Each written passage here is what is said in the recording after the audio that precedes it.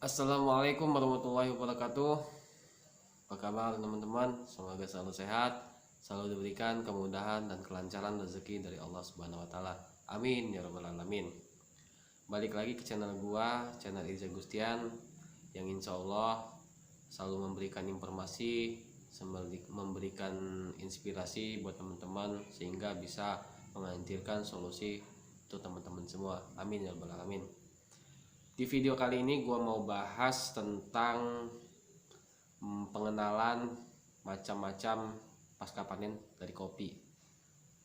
Nah, sebelum gue share, gue mengajak teman-teman untuk selalu pakai masker, kemudian menjaga imunitas tubuh dengan mengonsumsi buah dan sayur, kemudian selalu menjaga jarak di keramaian.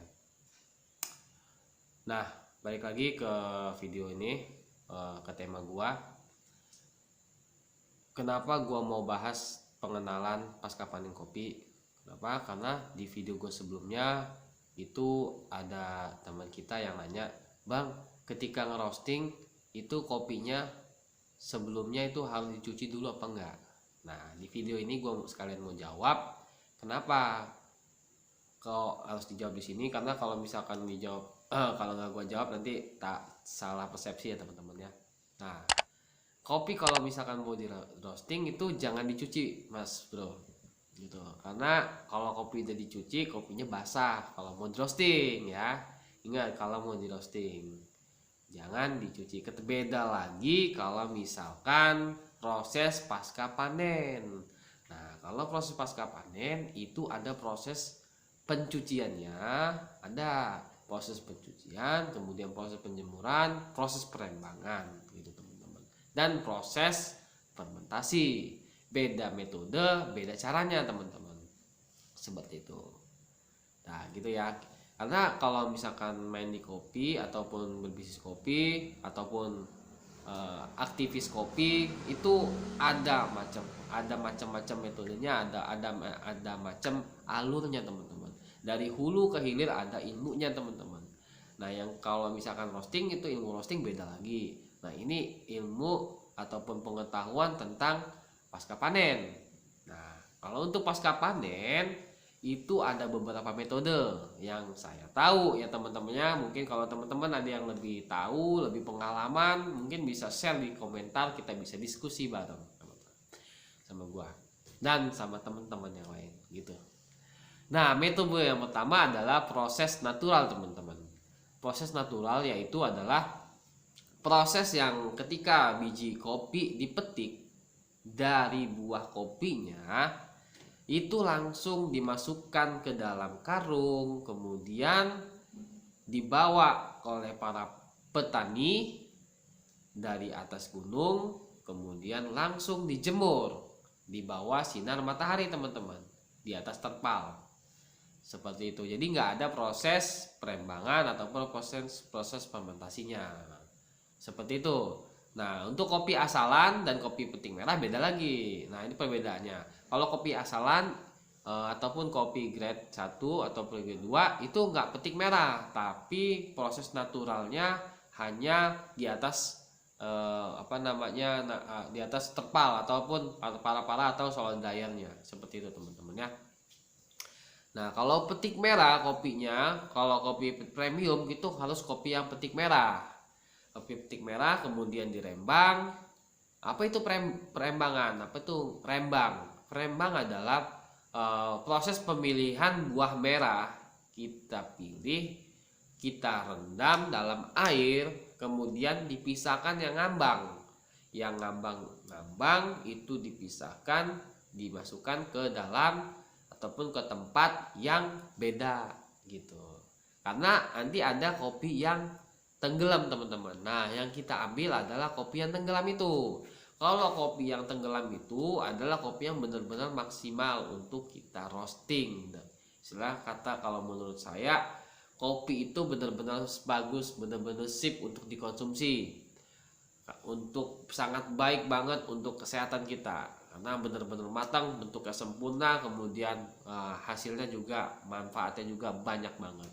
Seperti meningkatkan imunitas, menurunkan kadar gula dalam darah, kemudian bisa meningkatkan stamina. Seperti itu teman-teman. Nah, itu proses yang natural. Jadi dari pohon kopi kemudian langsung dijemur, udah gitu aja gitu teman-teman ya. Itu proses penjemurannya kurang lebih 3 mingguan, tergantung mataharinya ya teman-teman ya, tergantung cuaca. Nah, proses yang kedua adalah proses full wash dan proses semi wash dan proses honey dan proses wine gitu teman-teman. Untuk proses full wash itu ketika dipetik kemudian dirembang, kemudian difermentasi kurang lebih 18-24 jam, bahkan bisa lebih, seperti itu teman-teman. Kalau misalkan sudah difermentasi, sudah direndam selama waktu yang ingin kita tentukan, kemudian kopinya kita pulper, kemudian dicuci. Pulper itu apa? Pulper itu adalah mesin pengupas biji kopi yang kulit dagingnya menghasilkan kegabah teman-teman.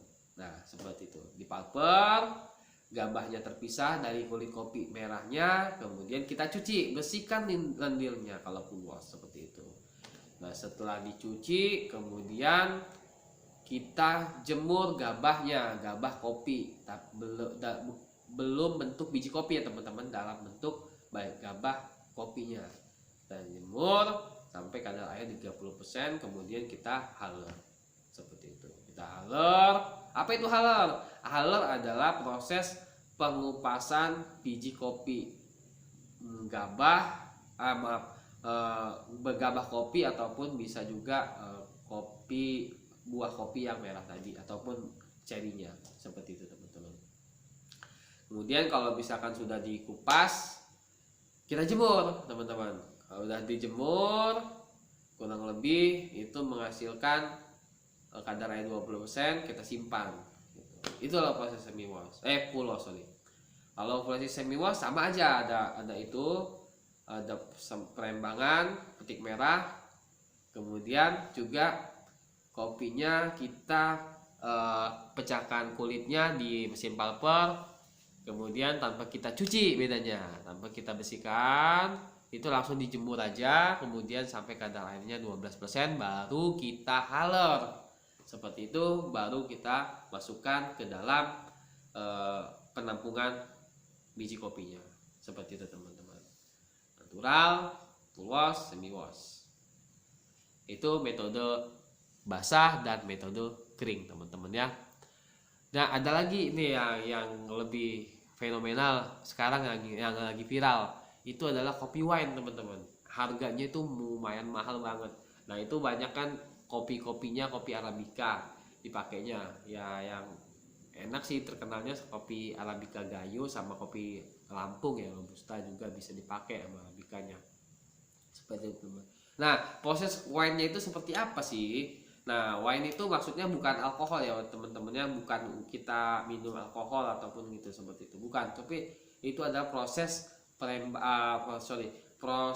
fermentasi. Jadi proses fermentasinya itu anaerob teman-teman.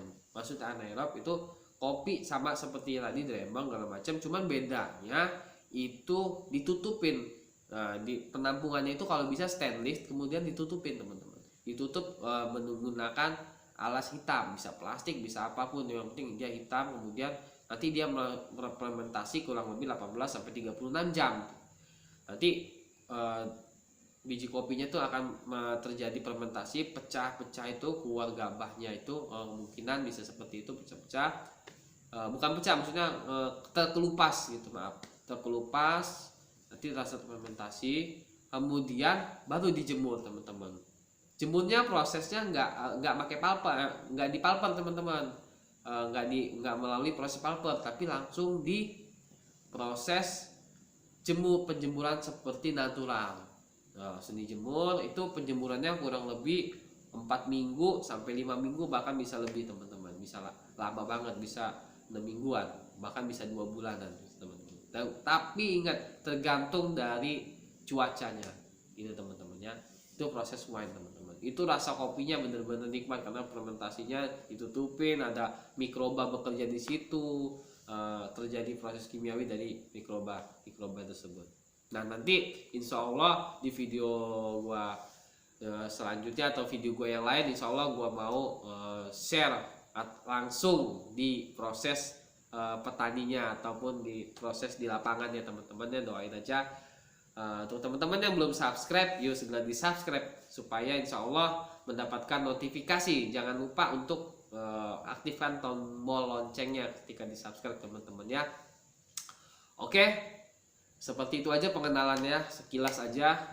Mudah-mudahan bermanfaat untuk teman-teman. Insya Allah pada lain waktu gua mau share lagi tentang video gua tentang kopi ataupun tentang bisnis kopi ataupun yang lainnya insya Allah. Terima kasih. Gua akhiri. Wassalamualaikum warahmatullahi wabarakatuh.